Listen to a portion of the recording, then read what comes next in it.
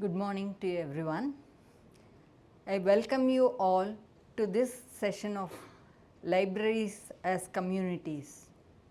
This is an initiative to encourage readers and borrowers to visit our library and benefit, and it is also to kindle interest among the new readers and to use the rich resources of the library.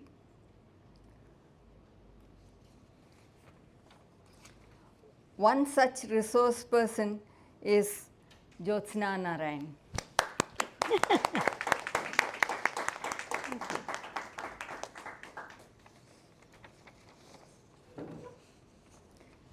It is very difficult to introduce a very good friend of a person such as Jyotsna.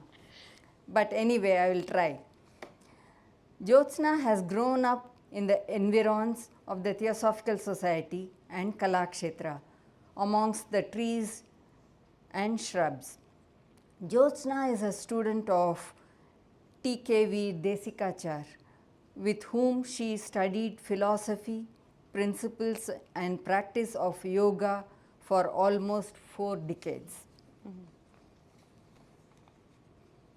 I never knew that you are above 40. Her life is influenced by her wonderful teachers, her fiercely inspired family that introduced her to Theosophy, J. Krishnamurti, Bharatanatyam, wild elephants at the same time.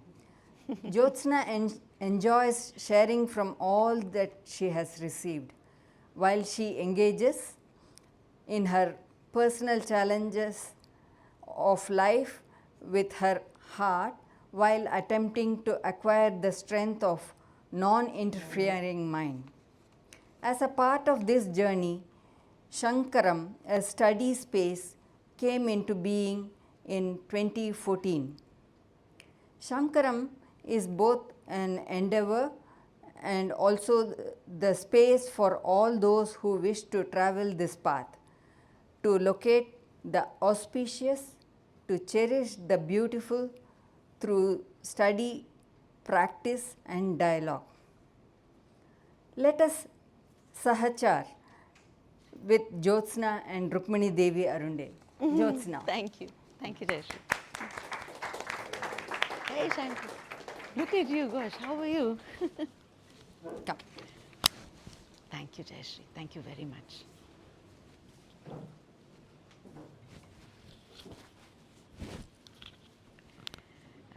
Good morning, and thank you all very much for being here.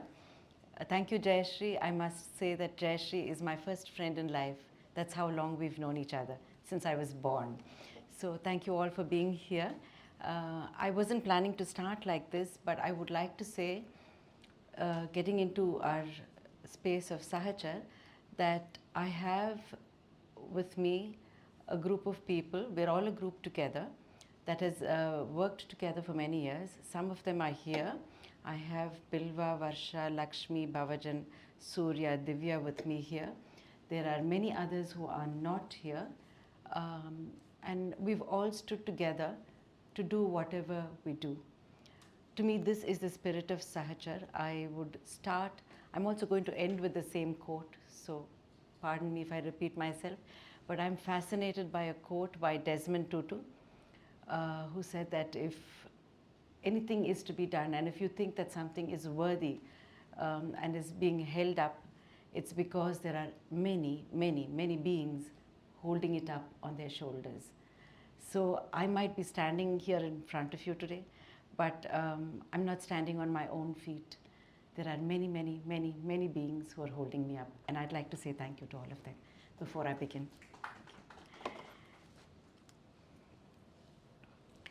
So we have on the screen a quote that most of us are familiar with, perhaps, and we all know the rest of this verse, written by Dr. Annie Besant. May each who feels himself as one with thee know he is therefore one with every other. So it says, O hidden life, vibrant in every atom, O hidden light, shining in every creature, O hidden love, embracing all in oneness, may each who feels himself as one with thee know he is therefore one with every other. These are lines that we repeated every morning in Rukmini Devi's schools, every day, all of our growing years. I'm not sure I really understood what it meant then. I'm not sure I still understand what it means. But all I can say is these words ring in my heart. And it is from here then that I would like to tell the story today, the story of Sahachar. If I were to write a story, I would perhaps try and start by choosing characters, although of varying natures, but to fit a certain idea and a story, like a salad. I would pick and choose things that will work together. I will decide what goes with what is compatible, to the exclusion of others. On the other hand, if I were to present an idea, I would perhaps try and synthesize everything to suit it, like a melting pot where individuality is lost. Sahachar is neither of these. Sahachar is about living in togetherness. It is about interconnectedness without losing individuality, the spirit of which underlies the rainforest that is our world. In theosophical language, it is perhaps referred to as brotherhood. In sociology, they speak of rainforest pluralism as different from the salad bowl pluralism and the melting pot. But I would like to speak today of it simply as a sense of natural symbiotic coexistence, like the fascinating biodiversity of the rainforests, which hold the lofty trees that reach for the skies and speak with the sun, along with the lichen and moss on the dark forest floor, barely knowing that sunlight exists. Very like our Hanuman in the Ramayana, who has an everyday access to Rama's radiance. He speaks to Rama, he travels with Rama, he carries Rama. He has an everyday access. There's also the Sabari, who lives in the darkness of the forest all of her life, in the hope of being touched by that light someday. The rainforest is home to mighty mammals and microorganisms alike, and ecologists will have us know that it is one of the most sensitive ecosystems because of the high degree of interdependence. You touch one, the others are affected, and that is why it is so sensitive. The flora and fauna, so to speak, of these forests exist for each other and of each other, just the way all of us do, but don't always acknowledge, each having its place under the sun or shade, as it were. It is this interconnectedness that Valmiki seems to intrinsically weave into his Ramayana, or so Rukmini Devi has presented it. I must share a little secret here that I'm deeply, deeply inspired by that lady and in love with her, if you may accept that. So, again, like many of us here, I see many of us here, there's people, I too grew up watching Rukmini Devi's adaptation of this epic. Her strong visuals and emotions etching themselves in the heart, where princely men and even Rakshasas, kingly monkeys and timid, nameless deer, little deer, no names. It's not the great Maharichas, not the golden deer, little deer that come, right? They were majestic birds that almost looked too real to be true, like the Jatayus, and great bears, innocuous plants and creepers, even rocks and the expanse of the ocean, they all held aloft the Ramayana, right? As we will see, I hope, through this journey. Even as in the world around us, in this story too, each unique character is in some way a conduit to the larger story. Some may have a sense of the larger story, others may not, and yet when they simply feel an interconnectedness with that which surrounds them, the story unfolds. I will be sharing a few small video clips from Rukmini Devi's presentations this morning. I hope they'll speak more than I can speak. This will be to illustrate what we are talking about, but I must warn you that these video clips are of very, very poor technical quality, but I would like to assure you that they are very, very high on aesthetic and emotional quality. So I welcome you to look at them from that perspective. The first episode we have is of Rama and Sita and Lakshmana. I will speak to you about the episode before we screen it, so that I hope I can. I don't like to do it always, but today I'd like to, one moment. Yeah, I'd like to, thank you. I'd like to direct attention, right? That's the only reason I'm doing this. The first episode we have is of Rama, Lakshmana and Sita meeting the forest boatman Guha. He's another character in the Ramayana. Forester, boatman, what you may call raw in essence. It's perhaps the first time that these three are meeting someone not like themselves. We're so used to the ones that dress like me, the ones that wear tussar, the ones that wear kumkum bindis. We talk a certain language. It's the first time these three perhaps are meeting someone not like themselves, not the princesses and sages and the kings of the palace. But you see that there is a natural ease on both sides. Guha welcomes Rama into the forest, but it is Rama who seeks Guha's help. He needs to cross the Ganga to enter the Vanam, to meet his destiny, of which he knows not now, but the river has to be crossed. The scene is beautiful in that Ganga divides the life between what has been so far for Rama, the tamasic existence of the palace, and what has to come, his sattvika of arriving at the reason of his birth, his destiny, so to speak. Even if we are to understand it in modern life as a seeking of one's destiny, then a river must be crossed, and then we may need a boatman to cross us. Interesting how philosophically, it is divinity that is always depicted as ferrying one across the river or ocean of samsara. Today what we'll see here is Rama, if we acknowledge that as the presence of the divinity, is the passenger, and Guha is the one who ferries him. It's a crossing, and he cannot make it alone. The boatman is important. Thank you. Can we watch the slide, please?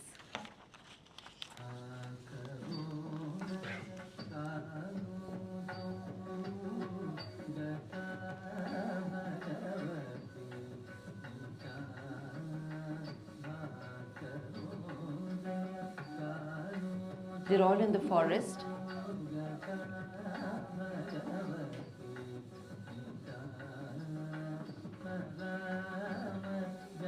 He realizes he needs to cross the Jahnavi, and he requests Guha, can you please take me across?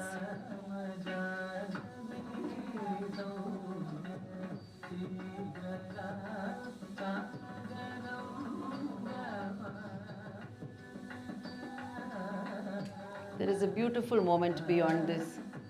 He says, certainly I will. Thank you.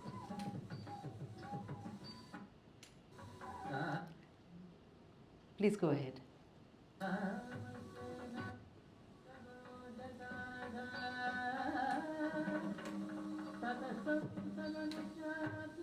I need to cross.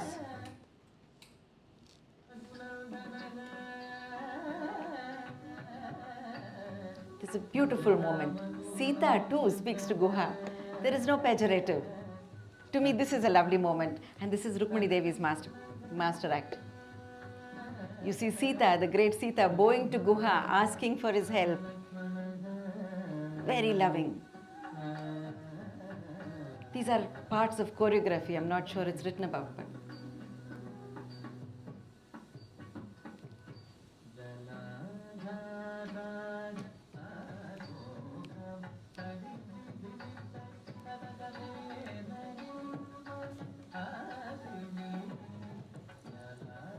Guha is in the lead. These are visuals we grew up with. Depends on what is the need. Who will lead? Where? It's not always that I need to lead or you need to.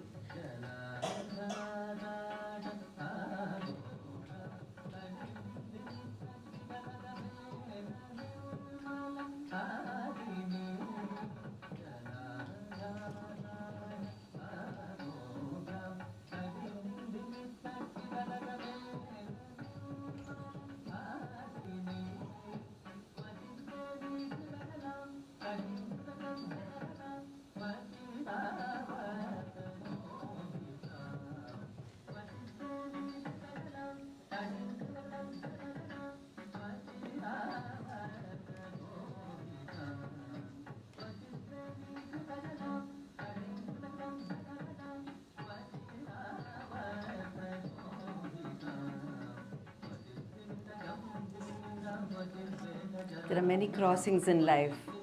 Each crossing needs a boat, needs a boatman, needs someone to steer us through those waters.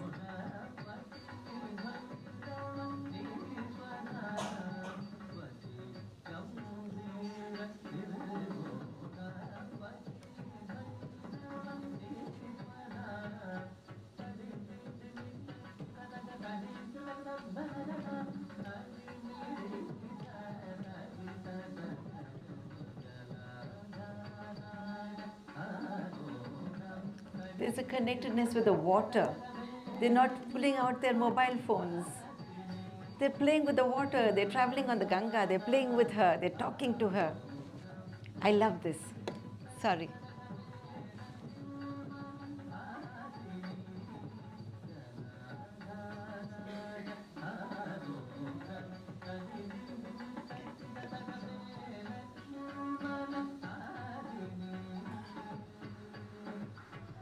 Thank you.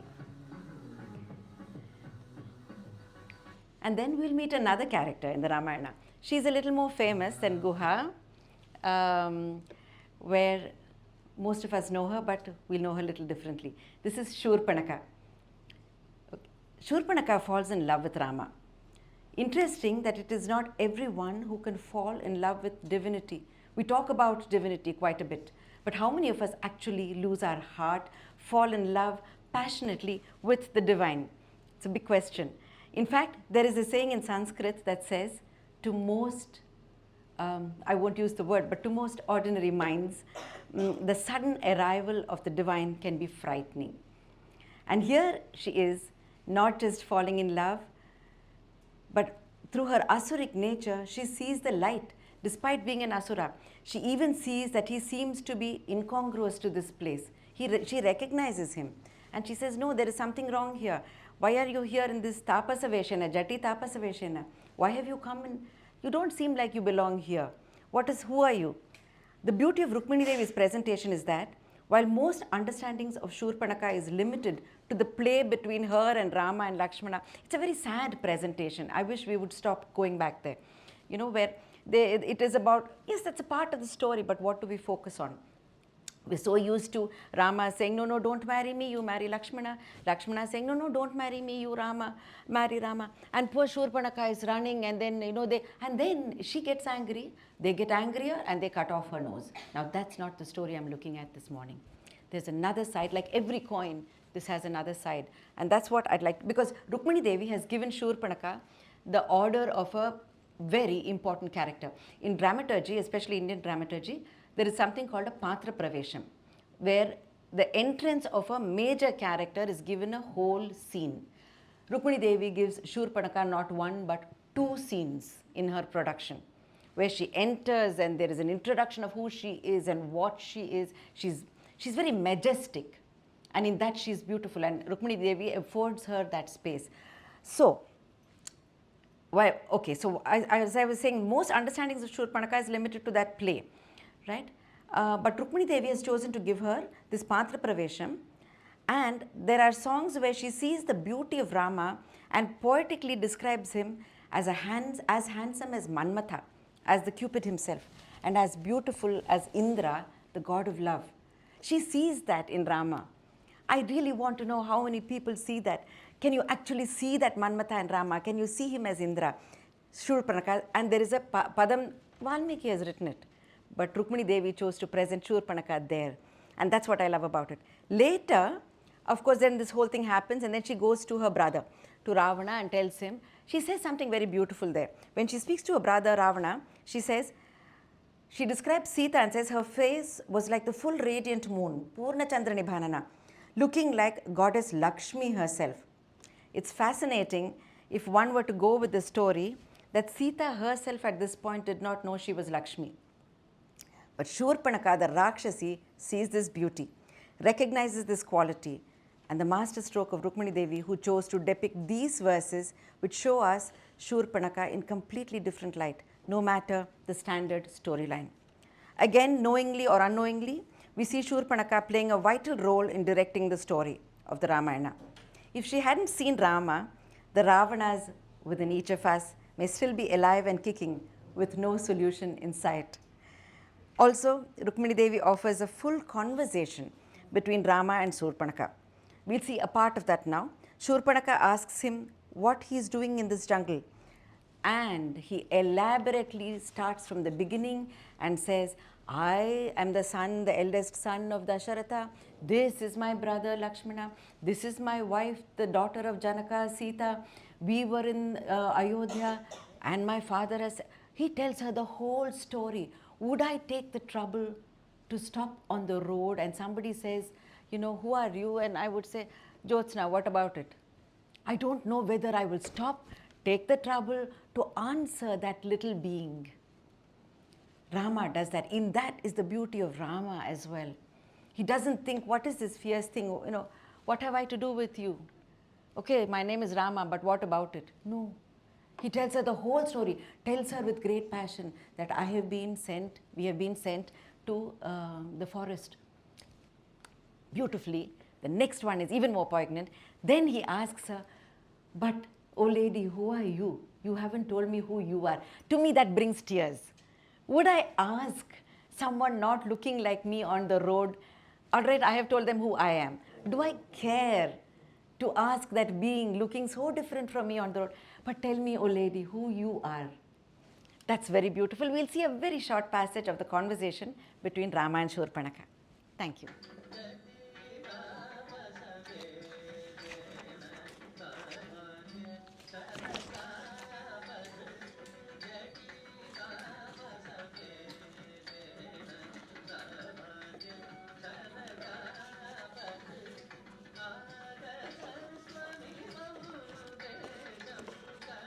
It's a sense of conversation, talking, listening. Everyone is listening. Sita, Lakshmana.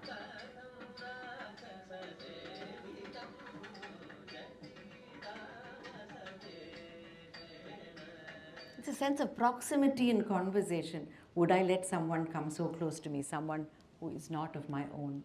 I love this visual, and that's why I chose to share it with you, right? We move to some visuals that have stayed with me personally, and therefore I'm sharing it with you. Visuals where Rukmini Devi indicated an internal order of respect, a maryada, so to speak, that is so real of the world of living creatures and creatures that we don't know are alive. For being so unlike yourself, so apparently different from me, so apparently different from each of us, can I have a maryada, the same maryada that I would offer to someone who is, I consider, mine. Another moving visual of Rama. So in this you find, there are three stills I will show you. The first one is of Guha. That is Guha there, and there is an embrace. I like the word embrace because it means that we are one. And there is a beautiful embrace. To me, if that is not brotherhood, if that is not Sahachar, I don't know other Sahachar. It is so beautiful, right? There is a respect in embrace that I hold. We'll go to the next still, please.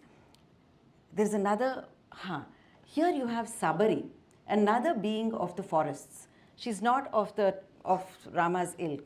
She's of the forest. She's what we call in Tamil a Kaatuvasi, right? It's normally derogatory. But when after Sahachar, I don't feel anything is derogatory. So she's a Kaatuvasi. She lives in the forest. And she waits and waits, like that lichen and the moss on the floor that don't see the sunlight. She waits for her Rama to come. And when they meet, I love this visual because you find Rama bowing to Sabari as well.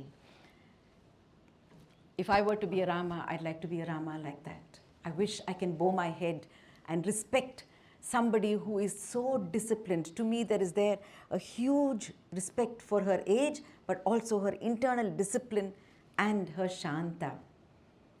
And here is Rama bowing. Thank you. Can we go to the next slide? And this is very beautiful too. These are all, I think, master acts of Rukmini Devi. It's in the text of Valmiki. Well, these may not be in the text because these are movements. So it is Rukmini Devi's idea. You find Jatayu, who is the next person we will meet. Jatayu is an interesting character.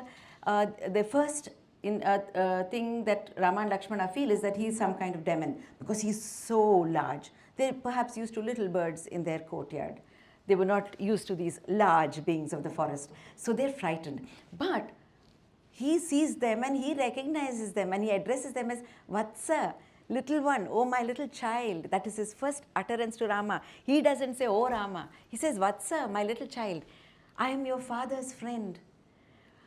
I don't know when any of us are lost in the forest. I have some of my father's friends here today. When you're lost in the forest and you're walking and you meet somebody who says, I'm your father's friend, that was the first reaction. They were young children. They were young people that missed their father, that felt that affection that Jatayu was affording them. And that is a beautiful moment in choreography. It needn't have been. They could have just moved, she could have just moved on with Jatayu and the moksham of Jatayu and everything. But this is a beautiful moment of actually that beautiful vulnerability of Rama, Lakshmana, and look at Sita in complete beauty there. I love this still. Thank you. So from here, we will move. So these are senses of this that I thought I would like to share. From here, we move on to Jatayu himself. Now, Jatayu, when they meet, he is a bird, a huge bird of the forest, and he says to them, you have come into this territory, you are not familiar again like the boatmen. He says, this is my territory, I will look after you, you will need protection, you are not familiar with this place, I will look after you. He takes on the care of these 3 young ones, in his opinion, and says, I will look after you. True to his word, of course, it is he who will guide Rama later in that journey. He will fight Ravana, which is the scene we will see here. He fights Ravana. Why should I fight anyone? Why should I lay down my life? This may be a leitmotif in our stories, but I still think we should ask, why would I do it? Would I do it? Would I stick my neck out even? Right? He sees Sita being carried away and he gives his life to that moment. Not just that, after that, Sita trusts that bird. She trusts the bird and tells the bird, please tell my Rama, he doesn't know what has happened to me. When you meet him, please tell him this is where I have gone. Such a moment of beautiful trust. She pleads as Ravana is carrying her away and says, please, please tell my Rama. If not, sorry to say, again, we would have all been in Dandakaranya. We'll see that later. But so there is a beautiful relationship between the bird, Sita, Rama, the bird and Rama. And yeah, we'll see a clip of that. Thank you.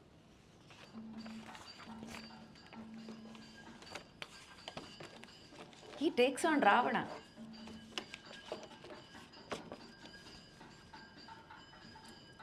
But the most beautiful part is Sita pleading in a little while.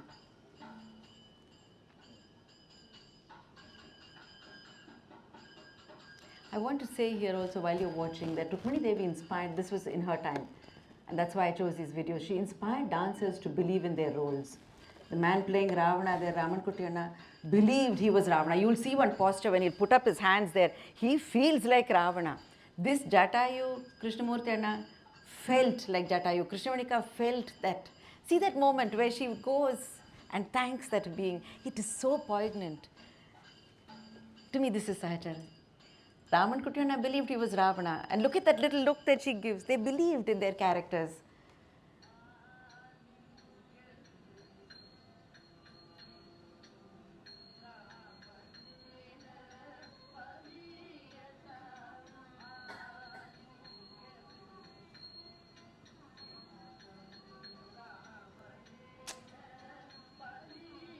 That one look between Sita and Jatayu is enough for me to live my life more fully.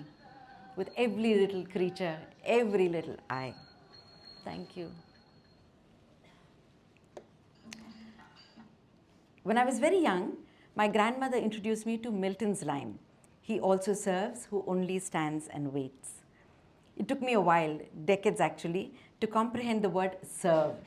I didn't like the word very much. Because what does it mean to serve? Who serves who, or what is served? Till I came to some study where it says to serve, in Sanskrit, bhaja sevayam, translates as to rejoice in the other, to be part of the other.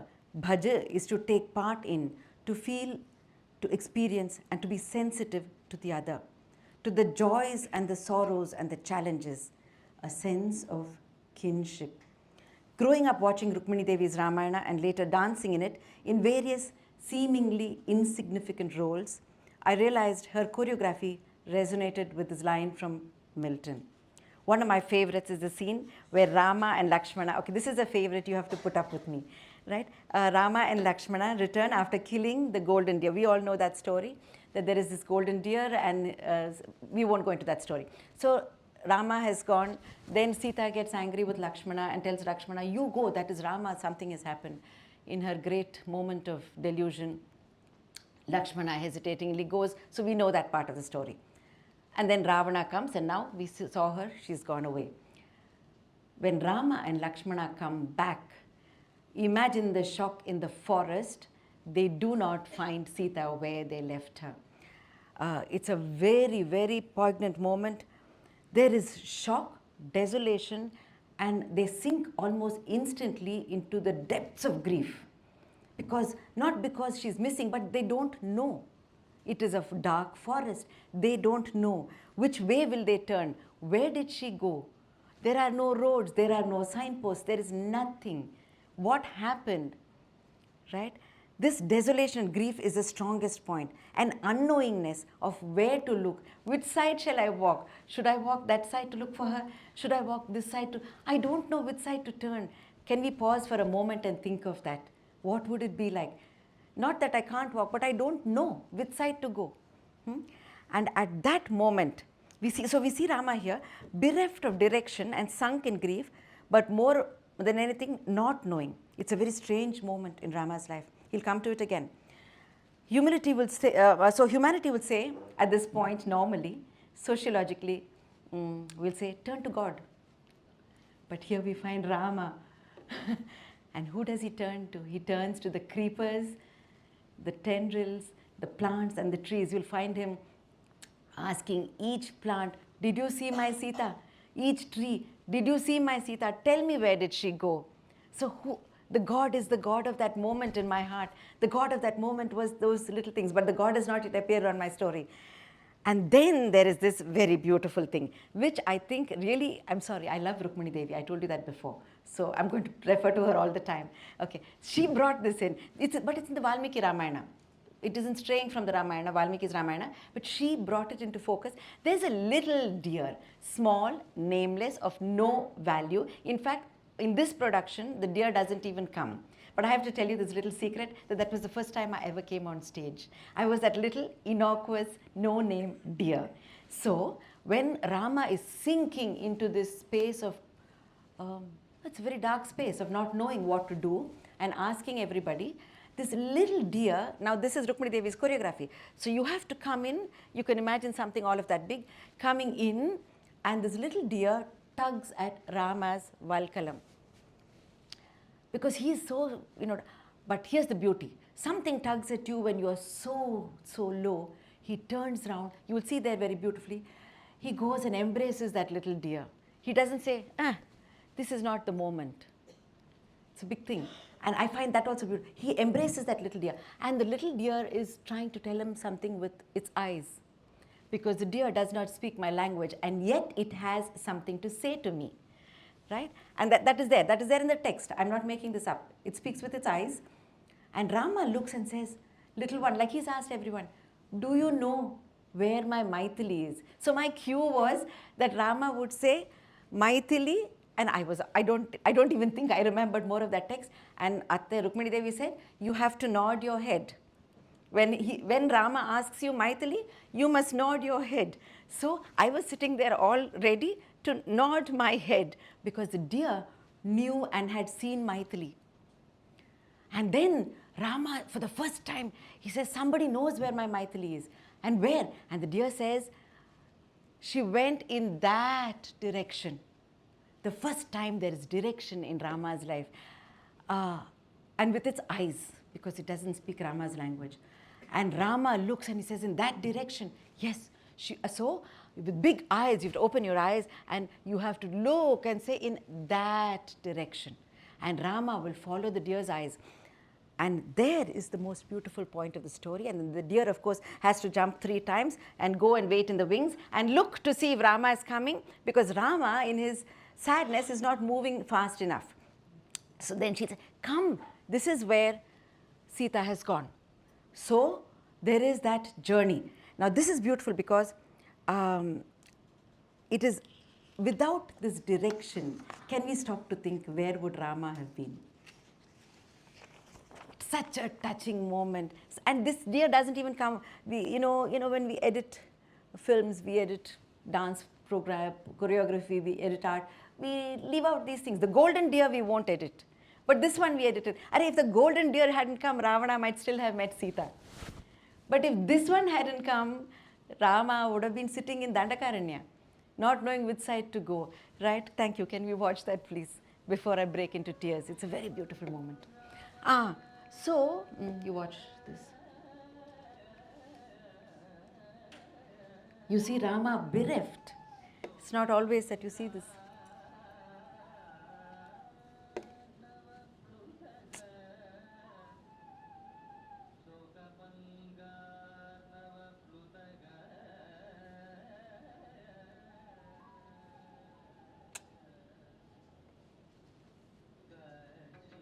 She asks every plant, every creeper, do you know where my Sita is?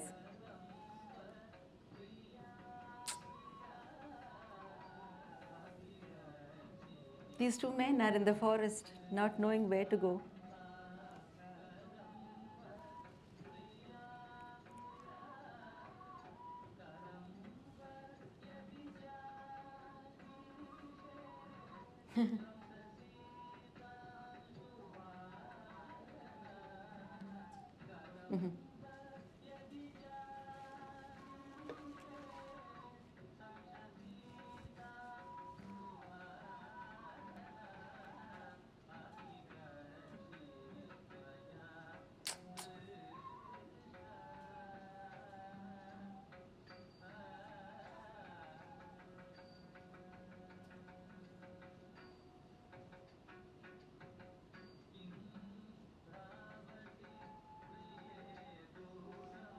She doesn't know. I just stayed with this for a little longer because I think the vulnerability of Rama makes him dearer to me than anything else. Makes it very real to me. I'd actually love him even more if I met him.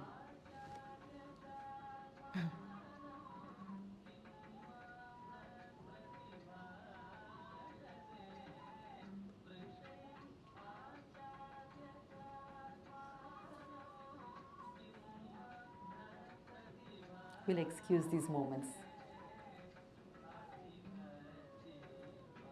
And now will come the little deer,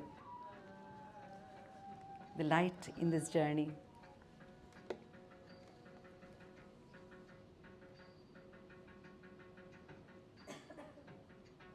I also like to bring attention, there's the little deer. Little one, tiny. Maithili, yes, I saw Maithili. What a little thing.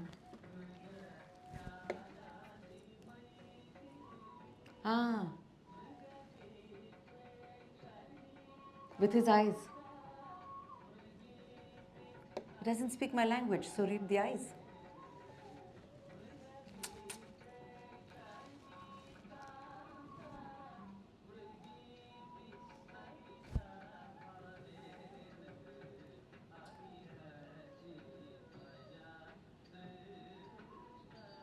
It shows him the way. It shows him the way. For anyone who's been tugged by an animal, you know this feeling.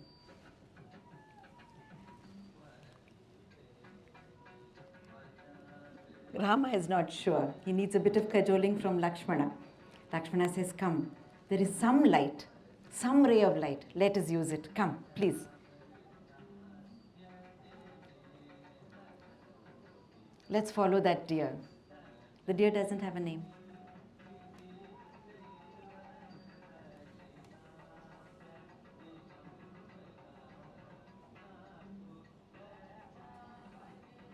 Let's go. Let's follow him, please. He's the only hope that we have.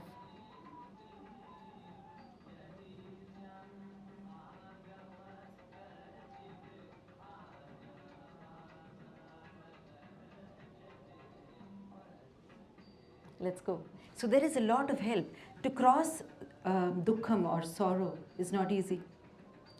You need the ray of light like a deer. You need to see it. And even if you see it, you need somebody to help you across. You may not be able to make it by yourself, but you need someone to help you across. These are beautiful things embedded in this story. He says, come, come, don't hesitate. Imagine if they had not gone. I'd love to imagine what would have been. We wouldn't have been sitting here today because they may not have been an epic. But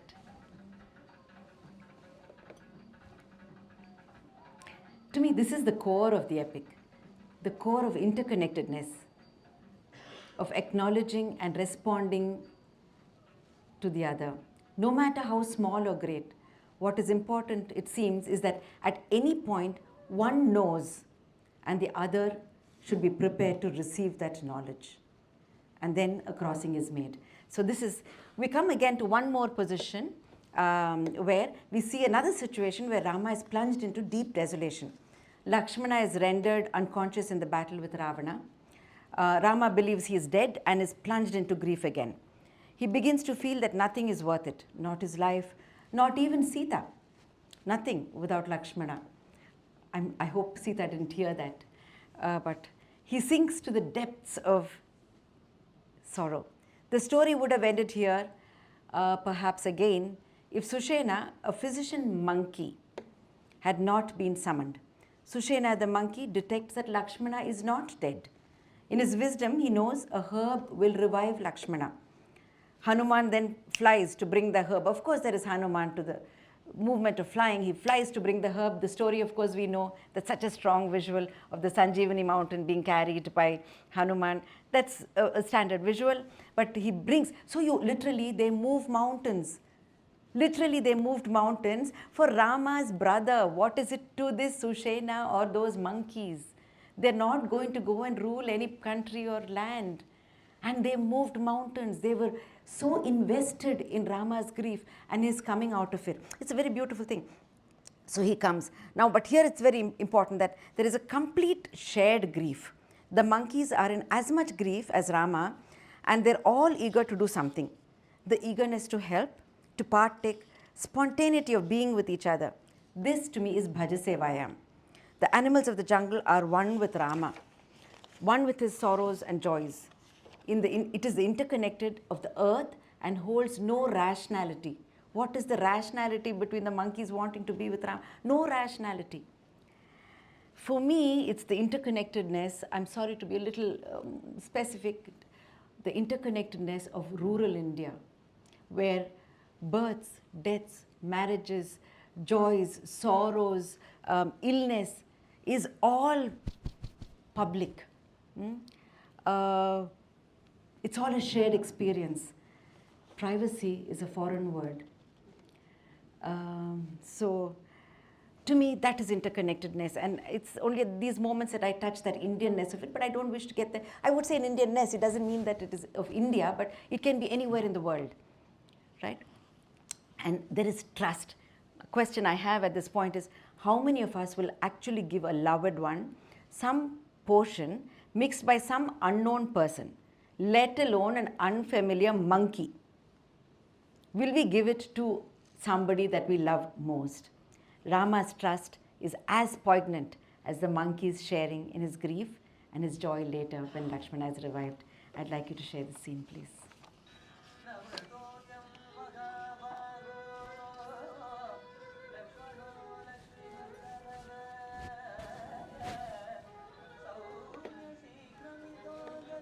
He says, no, he's not dead. Go, go.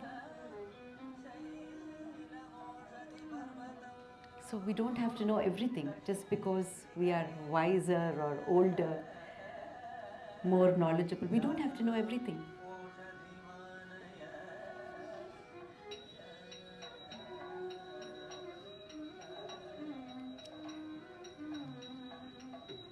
I'll go quickly, this moment.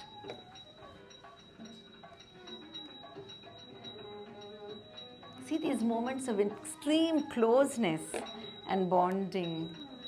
We hesitate to hold hands today.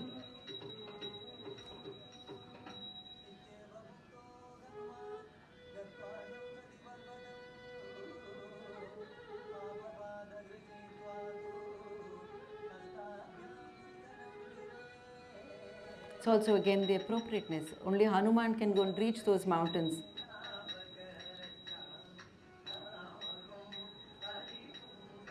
This is a known visual.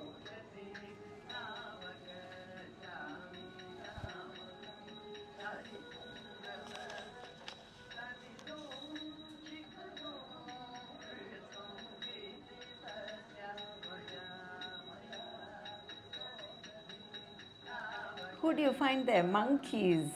That Vibhishana is a Rakshasa. He's not a prince, he's a Rakshasa in the purple costume. He's Vibhishana. And Rama waits. Look at his eyes. He trusts.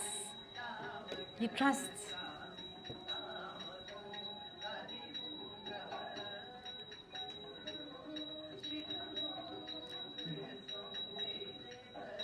This whole sense of conversation. I brought the mountain. What is there? I didn't know. You didn't know? Okay, come on, let me look. This whole sense of conversation, to me, that is interconnectedness. Silences are very dangerous spaces.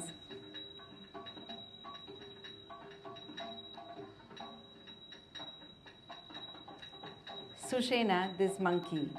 That's why I said Milton's lines. He also serves who only stands and waits. Sushena, the monkey, revives Lakshmana. For the rest of the story, you don't hear too much of Sushena. He just stood and waited to do his little role in the story.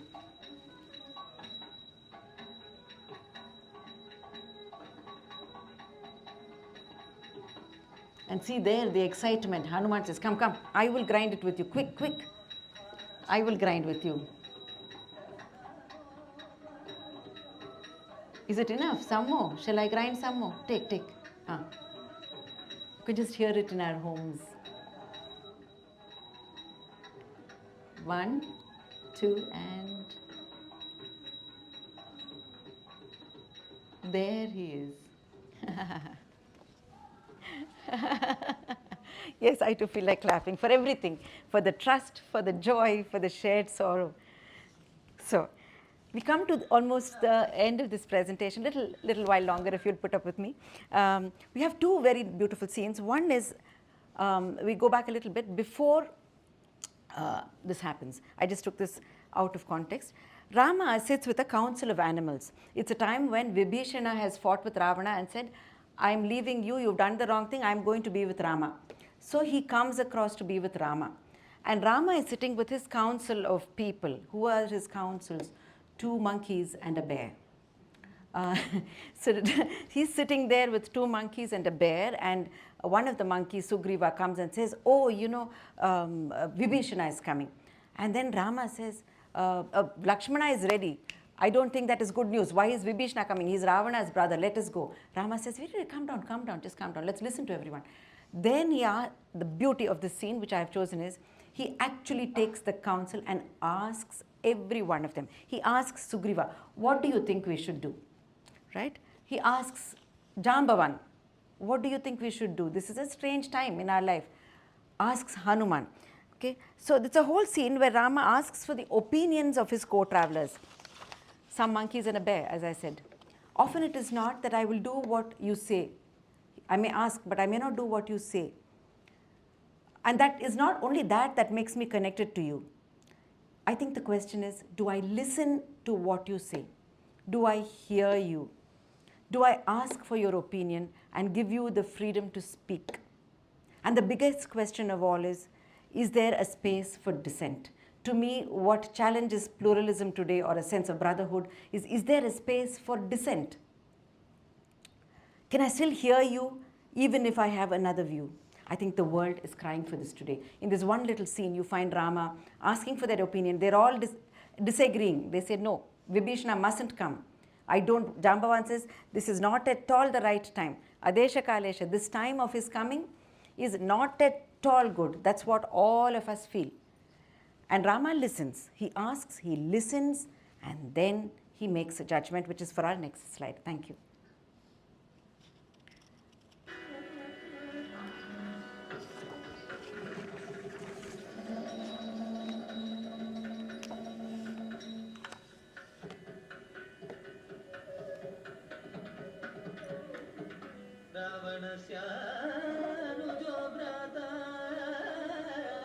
By the way, we all grew up thinking Rama looked like this. I don't know if the real Rama came, we wouldn't recognize him.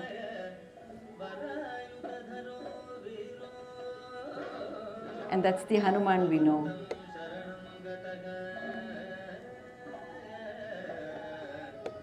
Ah. Ah.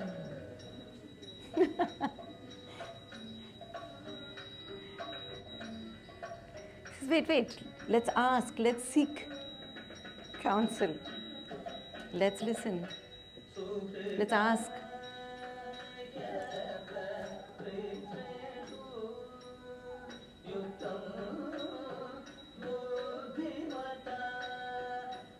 To me, this is really the core of the pluralism we are talking about. Can I listen?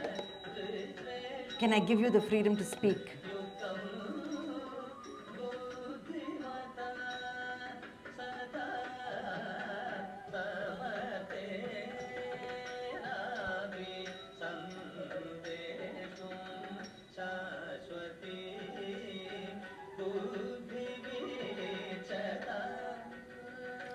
Again, I think this is from the Ramayana text, it's from Valmiki's text. But Rukmini Devi has given it 2 scenes. There he goes, dissent. He says, no, this is Ravana's brother. I don't think he should come. There is dissent from one of his council. He's come here with some evil intention.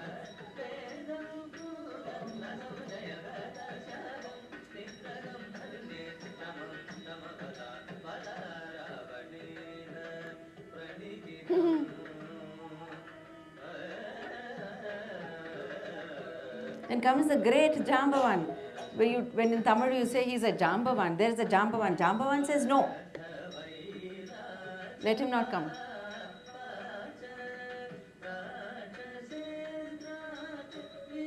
He refers to Rakshasa.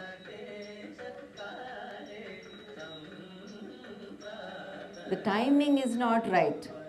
We are all at war, the timing is not right. That's all I have to say. Jambavan has spoken. He had the freedom to tell Rama no. This hero is a little different.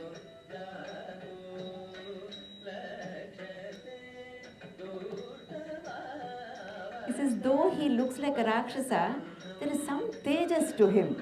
Shall we examine that? One more voice.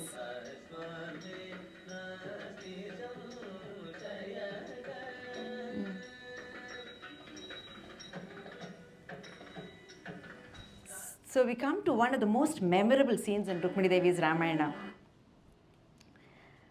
Not as much for its philosophy. The message, of course, is what most humanity could do with today. It's the message that we attribute to Rama, or I would attribute to Valmiki. What a wonderful mind to write such a story. It's a message that says beautifully that when somebody comes to you for help, somebody comes to you with folded hands and says, I want to be one with you. I seek your oneness. Accept him. Do not send him away. This is the message. But what I'm showing you this for is not that. It's not just the philosophy of surrender and acceptance. It's the visual is very arresting, as always. Who is Rama saying this to? It's not an assembly of sages and wise men that we are habituated to see when such messages are being given. Many of us, with no bearing, I do it, I've done it myself. When we go to places of wisdom, we also dress accordingly. And we are there to be, in one with the wisdom. These are monkeys, bears, and Rama chooses to speak to them, the highest of philosophies of the Ramayana. As I said, to an assembly of 2 monkeys and a bear. And they listen. They listen intently, and they seem to understand, because as the visual will show you, when Rama has spoken, they immediately put it into action. If there is no understanding, that immediacy of action won't be there. They seem to understand what he's saying. He says, no, even if it is Yadiva Ravana Swayam, even if it is Ravana himself, he has come seeking us, we must welcome him. It's a beautiful point, but it is given to these beautiful beings, The form of that being was not important. As sometimes when all of us teach, and we've also had teachers in that fear space, you look at somebody, well, I teach few things, and when I look at somebody and I feel, oh, you don't have the form to dance. And I'm reminded of this. If Rama had said, oh, you don't have the form for my philosophy, the world wouldn't have got it. Simple. There was nobody else there. And that is the form that accepted that philosophy and took it out and acted upon it. So next time, every time when I think to myself, no, I don't think you should be dancing. No, I don't think you're not made for dance. I always think, two monkeys and a bear were made for the highest philosophy of Rama. Then please give. It's very different. I'm not going to complete that line, but it's very different from the words that we know. Don't cast pearls before you know what, right? This is very different. It says cast your pearls. You don't know who will take it. Cast your pearls. It's meant to be cast. Thank you. And then we go to the end of this presentation after this.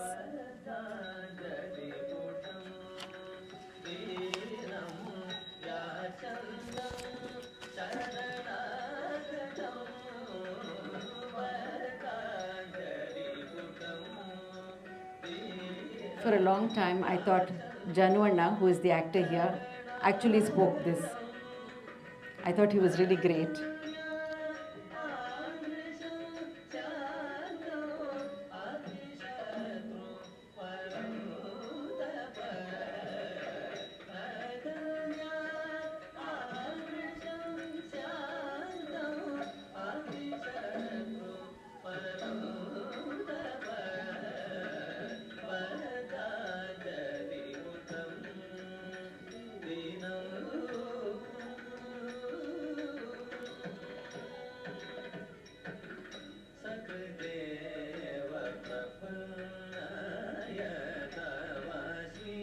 These are some of the most famous lines of Valmiki, quoted ad nauseum.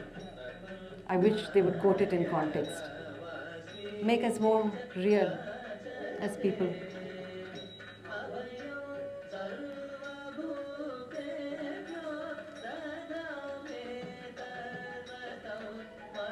The line is Abhayam Sarva Bhute. Every bhuta, not human, every being, I will protect.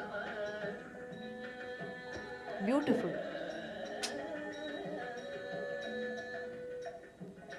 There he says, I understand. I will go immediately. And then he says, go.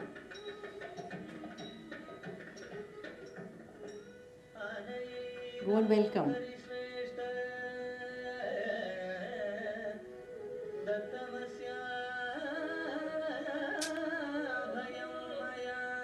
I will protect him, welcome him.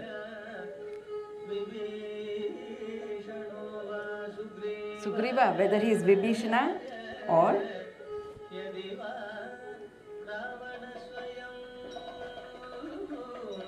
that is openness. Even if he is Ravana, let him come. Thank you.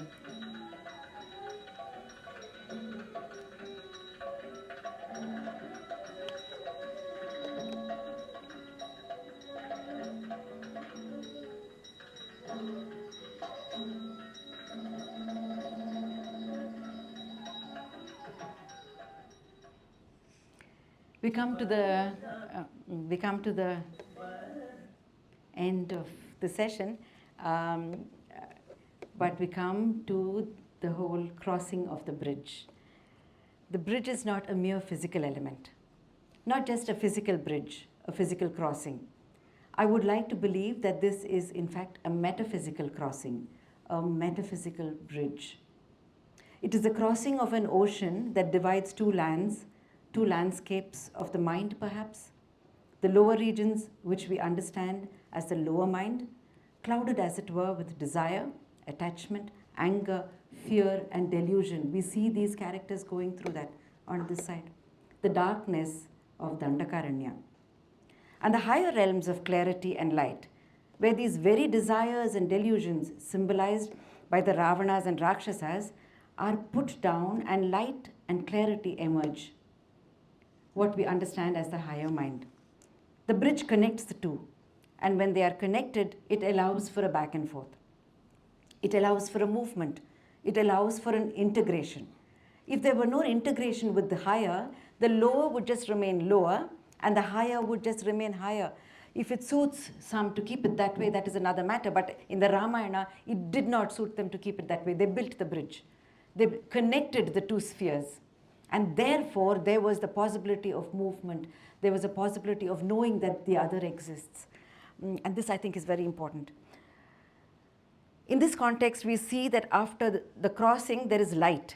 Delusion and Madam in the form of Ravana are put down. The delusion and attachment of Sita, it's not just Ravana, there is a Sita sitting there. She is also deluded and attached. Sita, the delusion and attachment of Sita, which finds its last vestige when she sees Rama after Ravana has been defeated. And it's a beautiful moment. I'm not showing you that moment just now, but some other day maybe. She meets Rama after this whole protracted separation, their eyes meet. It's a beautiful passage. I hope someday we can show it. Where their eyes meet, Rama too has fought this war to take her back. Or so he thinks still at this point. But it is at that moment he realizes that in her eyes is the attachment for him as her husband. It is attachment, it is desire. And this is what he crossed the bridge to remove. And there he says, and this is an explanation that very beautifully I received from somebody who lived very much here in the Theosophical Society, Sharda teacher, Periya Sharda teacher. These are people who governed this kind of production. They would give us explanations. And she said, no. So Rama had to tell Sita that at this point, there is this attachment and I cannot, we have crossed the bridge into this land, the attachment cannot hold. And therefore, Sita, through her tapas, tapaha is fire. She needs to do the tapas to get rid of that iota of attachment where she sees Rama as my husband, I have missed you, I long for you. She needs to get rid of that. And who can light that tapas for her? Only Lakshmana. This is my space of Lakshmana. Lakshmana is the incarnation, if you go into the story, of Adisesha, and so is Patanjali. So this whole tapas of discipline, she has to go through that. She has to burn that last vestige of attachment. And then when she comes out of that fire, it's a beautiful moment. Rama runs to her and embraces her and says, come, now we are one Atma. That is interconnectedness. When there is no attachment to form, there is no attachment to mine, yours, not mine, not yours. There is no attachment to any of that. That moment we are not seeing right here, but what we are going to see is this building of the bridge.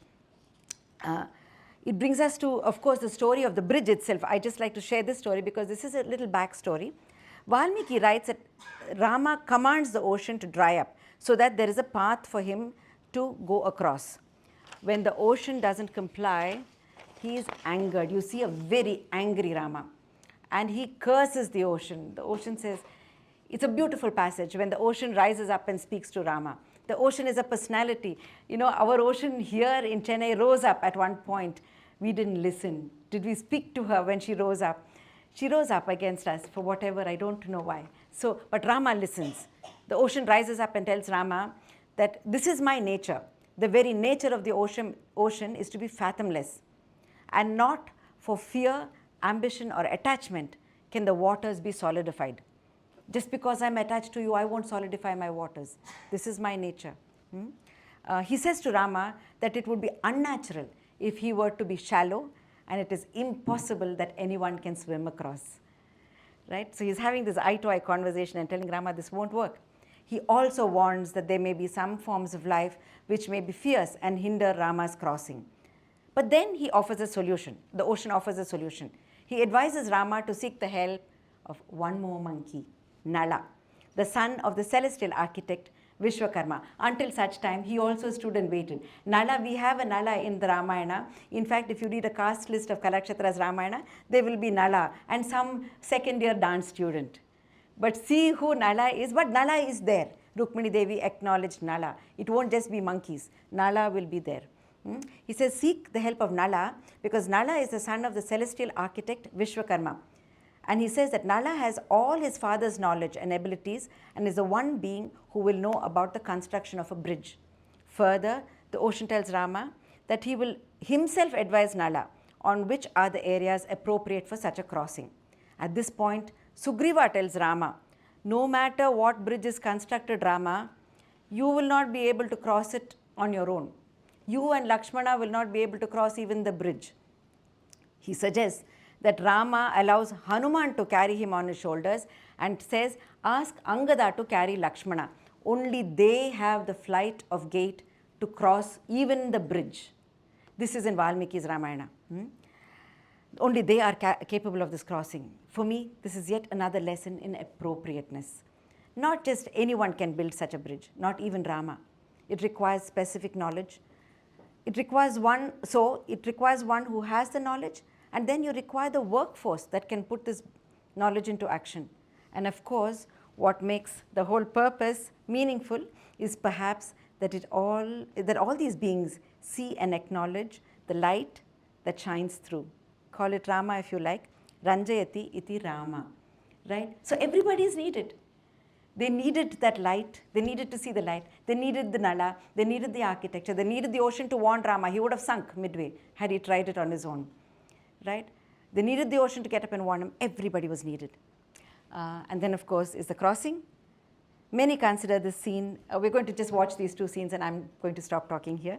Many consider the scene of Rukmini Devi as her masterpiece. It's the Setu Bandham, the crossing, the building and the crossing of the bridge, where different lives, different forms come together passionately towards perhaps a common purpose, some knowing, some unknowing.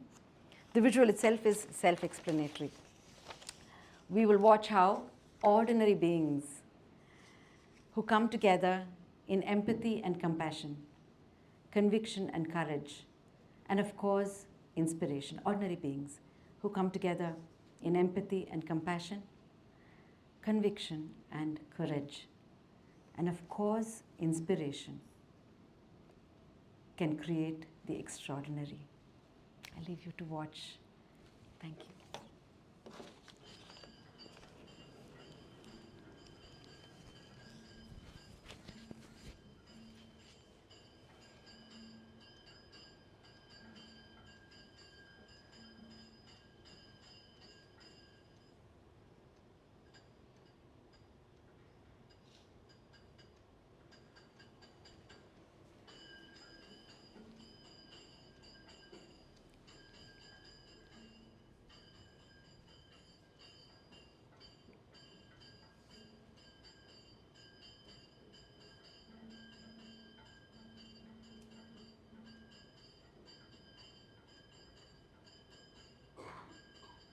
Every little act is important. I'd like for everyone to watch every little movement. Tenderness, love, commitment.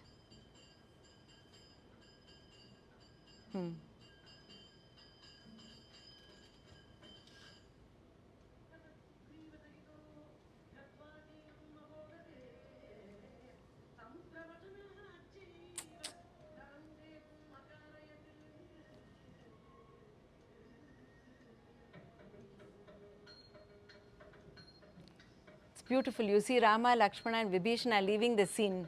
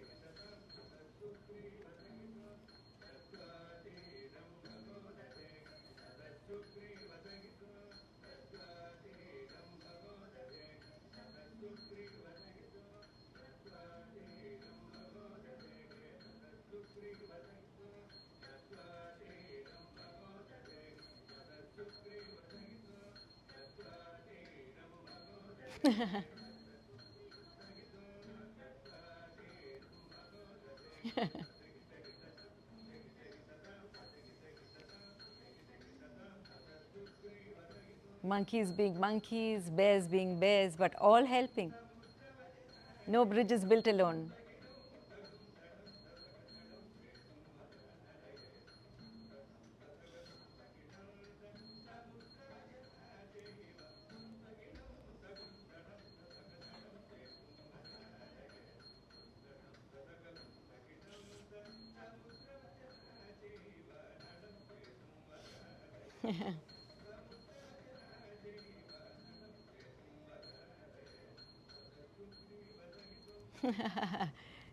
And then there is the great crossing.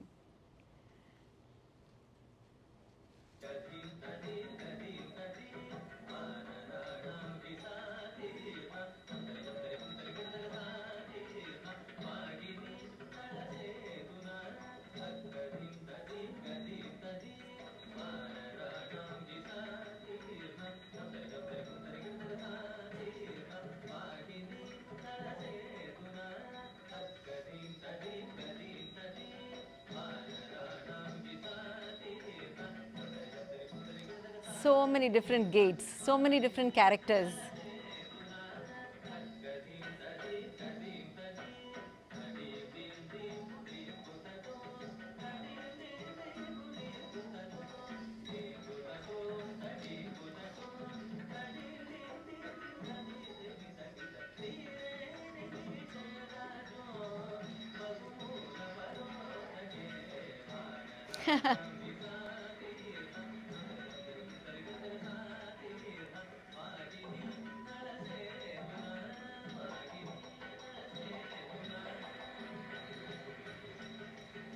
All this is choreographed just to find the monkey in each of us. It's all choreographed, nothing spontaneous.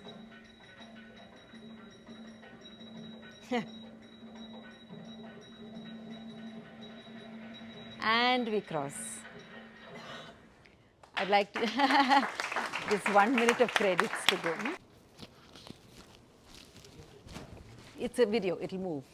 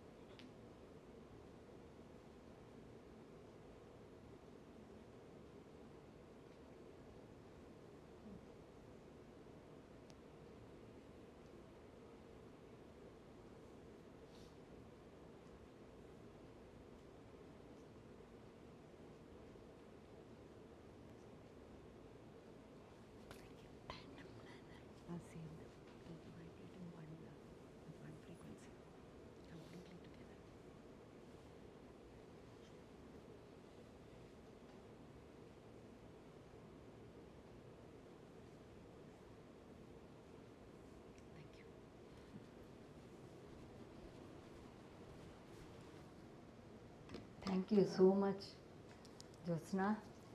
It was a wonderful presentation. I have seen the dance dramas of Rukmini Devi Arundel many a times, and I have never thought about all these nuances that enhances our understanding and the philosophy or the thought behind it. Thank you very much. On behalf of the Adyar Library, we present a small token. Merike? Thank you. Can I request Thank all you of you so who are- much. Thank Thank you. you. Just come quickly, come, please come. I have all those people who've held up this presentation. Come quickly, Babajan, totally. Come, please come. I have a lot of them here. And for those who are not here, it was all done together. Jaishree, please come.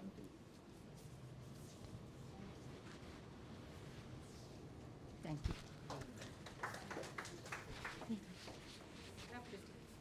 We can have some tea and books on and by Rukmini Devi Arundel is displayed upstairs. Please do come.